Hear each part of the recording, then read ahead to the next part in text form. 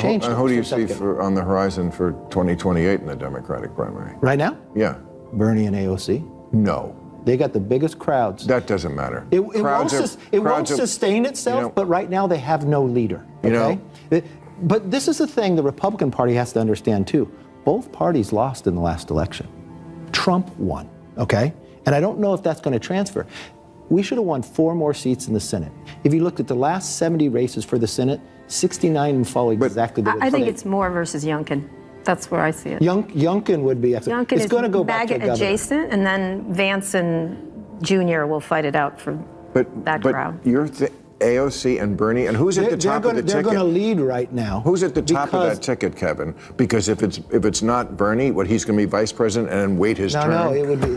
Bernie's been running each time. I'm just saying who's in the lead right now. I don't think that's how it ends up. But big crowds don't necessarily mean who's the right candidate. You know, when I started... No, but it drives where the ideas are going to go. It's going to drive the money for... A few days ago, I dropped part 1. Bill Maher torching AOC for her anti-American rants. But what you didn't know, there was a part 2 brewing. Sharper, louder, deadlier, and it's finally here, piping hot and coming straight for the headlines. But before we dive in, hit that subscribe button so you never miss a takedown this bold, this raw, and this rich. And who do you see on the horizon for 2028 in the Democratic primary? Right now? Yeah.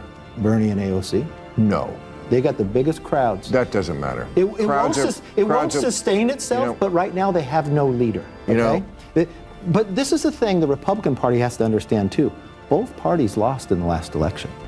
Trump won, okay? And I don't know if that's going to transfer. We should have won 4 more seats in the Senate. If you looked at the last 70 races for the Senate, 69 and follow exactly the way. I think it's Moore versus Youngkin. That's where I see it. Youngkin would be. Youngkin is going to go back to adjacent, and then Vance and Jr. will fight it out for that crowd. But AOC and Bernie, and who's at the top of the ticket? They're going to lead right now. Who's at the top of that ticket, Kevin? Because if it's not Bernie, he's going to be vice president and then wait his turn? No, it would be. Bernie's been running each time. I'm just saying who's in the lead right now. I don't think that's how it ends up. But big crowds don't necessarily mean who's the right candidate. You know, when I started... No, but it drives where the ideas are going to go. It's going to drive the money for a while. It doesn't make them the winner. Right out of the gate, Bill Maher slams the brakes on the fantasy of a Bernie Sanders AOC ticket. Why? In his eyes, it's just Harris Warren 2.0, doomed from the start. But then it gets tense. Kevin McCarthy jumps in, trying to salvage the idea, pushing Maher to admit that Sanders and AOC might be the future of the Democratic Party. Maher doesn't blink. He doubles down and drops a bombshell so blunt, so brutally honest, it could send shockwaves straight through the heart of the DNC. You have to wait till you'll get 2 years out, and then you'll start seeing these governors that start showing solutions. You also have to know, what is the issue going to be? Are we going to have a foreign policy issue? Are we going to have an economic issue? And who's been the best in leading in that? But right now, for the Democrats, who's going to lead for the next 2 years? The money is going to... AOC outraised everybody in the House. And it's all small donors. It's all small donors. Yeah. And this is exactly where Trump was when no one gave him a chance at 17. He outraised everybody else. So that's where the base is at, right? And so what will happen, it'll move after the next midterm elections. Before we roll the Bill Maher clip, let me shut down this ridiculous comparison that keeps floating around, Trump and AOC. Really? Let's get one thing straight. Yes, Trump pulled in waves of small-dollar donors. But that's not why the base backed him. It wasn't about some ideological purity test. It was about policy, bold, unapologetic, America-first policy. Trump didn't tiptoe. He stood as a firewall against the radical left's chaos, open borders, reckless spending, and a full-blown assault on traditional values. He was the antidote. Trying to lump Trump in with AOC just proves how out of touch the left still is. One built a populist movement grounded in strength. The other? A megaphone with a slogan. Now, with that cleared up, here's Bill Maher's brutally honest reason for why a Sanders AOC ticket would be political suicide for the Democrats. What do you think of the fact that the people who are getting the big crowds right now are AOC and Bernie Sanders? They're going around the country. Thank you, there's that same guy. I call him the always wrong guy. Okay, but I feel like, big crowds, again, the shiny object that the Democrats chase it's not about the big crowds that come out to you when you're talking in a festival or wherever they are. I think it's because I think Bernie showed up at Coachella. That must have been fun for the fans. It's who shows up on Election Day. And I just don't see that's the ticket. I mean, Cory Booker, I know you've worked with him. I like Cory a lot from my home state of New Jersey. Made a speech for 25 hours. Again, just whacking each other off. This is just not what's going to get the job done. Maher lays it down, sharp, direct, zero sugarcoating. Yeah, AOC and Bernie are packing stadiums right now, riding waves of applause and energy. But let's not forget, Kamala Harris and Tin Walls had that exact same momentum just last year. They had the crowds. They had the media fawning. And let's be real, they had half of Hollywood in their pocket. Beyoncé, Taylor Swift. It looked like a coronation. With that kind of backing. If you told me the Democrats would lose the popular vote, I would have laughed out loud. They looked unbeatable, on paper. But when the dust settled on election night, something wild happened. They got stumped. Badly.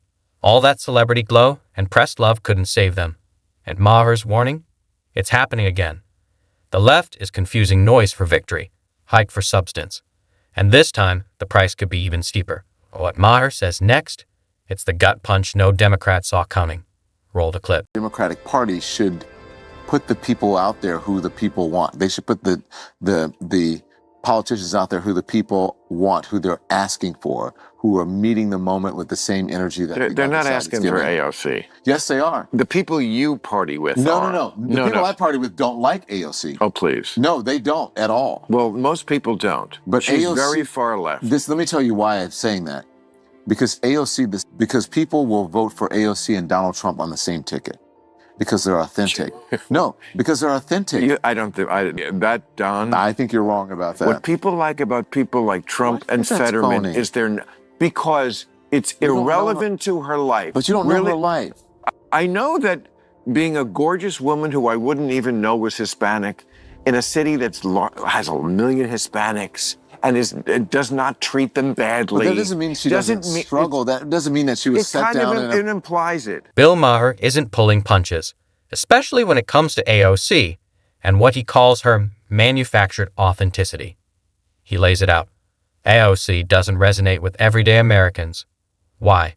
Because, in Maher's words, she doesn't come off as real. She leans into a polished victim narrative, suggesting her background and identity make her a target of systemic oppression.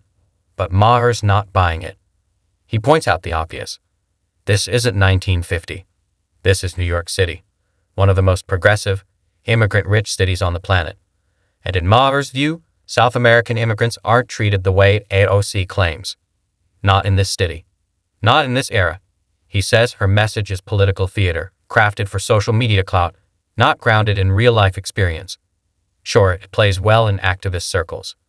But in middle America, it falls flat. And then Maher goes even deeper, calling out her whole persona as fake, prepackaged, and more about applause than authenticity. Watch this. It's brutal and brutally honest. Roll the clip. That doesn't mean that she was set down in a Hispanic ghetto in the Bronx and had to deal with that growing up, and that she's comes from a working class family. It implies it implies that in some way she's behind the 8 ball because of that, and it's just not true. And so I don't know if she's behind the 8 ball, but I don't think she's as privileged as many people who are in Congress right now. She's not privileged or not. She was a bartender. Yeah. So I was a delivery boy. But I'm saying sometimes, Bill, you don't agree with Donald Trump's policies. No. But that's what the people want. Some of them. Whether you like her or not, I don't like what she did with Amazon in New York, but I think AOC she's a Democratic icon. Wait. Did Don Lemon actually just call AOC the icon of the Democratic Party? Well, that explains a lot. No wonder the DNC is spiraling into political oblivion. When your idea of leadership is someone who feeds on social media outrage, scripted victimhood, and viral theatrics, It's clear the party's not just short on ideas. It's gasping for authenticity. Let's be real. The Democrats aren't in trouble because of policy. They're in trouble because they confuse performance for principle and clout for credibility. But here's the thing. That's not even Bill Maher's main point in the clip we just watched. Maher takes a sledgehammer to AOC's origin story, a carefully polished narrative that she rose up from some impossible hardship. He's not buying it. According to Maher, AOC wasn't some underdog clawing her way to the top. She was groomed by a movement obsessed with optics, not outcomes. And that, he argues, is why her message plays on Twitter but flops in real America.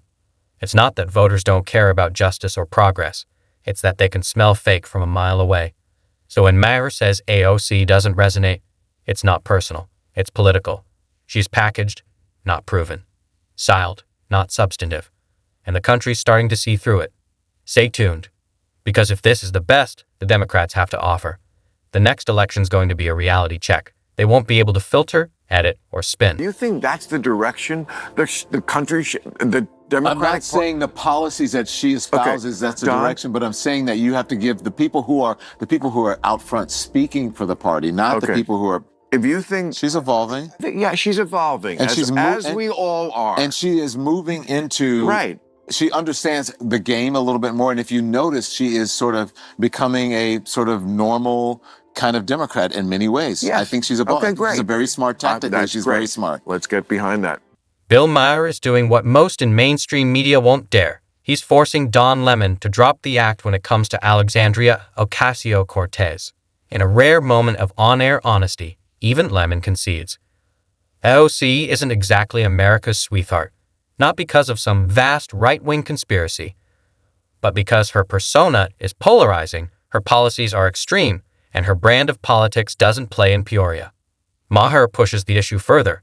AOC might dominate headlines, but headlines don't win heartland votes.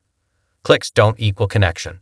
And the reality is, she's just too far left, too buried in the language of wokeness, to ever unify a fractured Democratic coalition.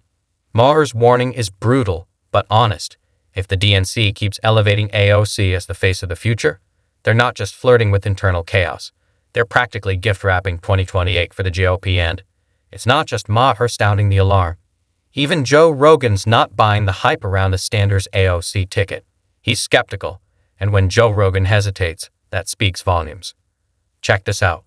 Let's roll the clip. One of my favorite interviews was when AOC was talking to that lady and she asked her to expand. About Israel-Palestine? Oh my God. Well, I believe absolutely in Israel's right to exist. She just collapsed into herself? It's literally like a fifth grader that didn't study. Looked at that incident more through just as an incident. And then they ask you about the subject, or you didn't read the book. Well, you know, it's about Billy and his dog. What people are starting to see, at least in the occupation of Palestine, is... But the crazy thing about that interview is that so her first comment comes off with like total authority. I am a proponent of a two-state solution. One little follow-up question. The question's like, well, what do you mean by that? And then you just see her get weaker and weaker. You use the term the occupation of Palestine. What did you mean by that? But what do you mean about that? It's like, I don't know what I'm talking about, man. Yeah. And she literally goes, I'm really not the expert. Do you think you can expand on that? I am not the expert on geopolitics on this issue. She just gave up. Beyond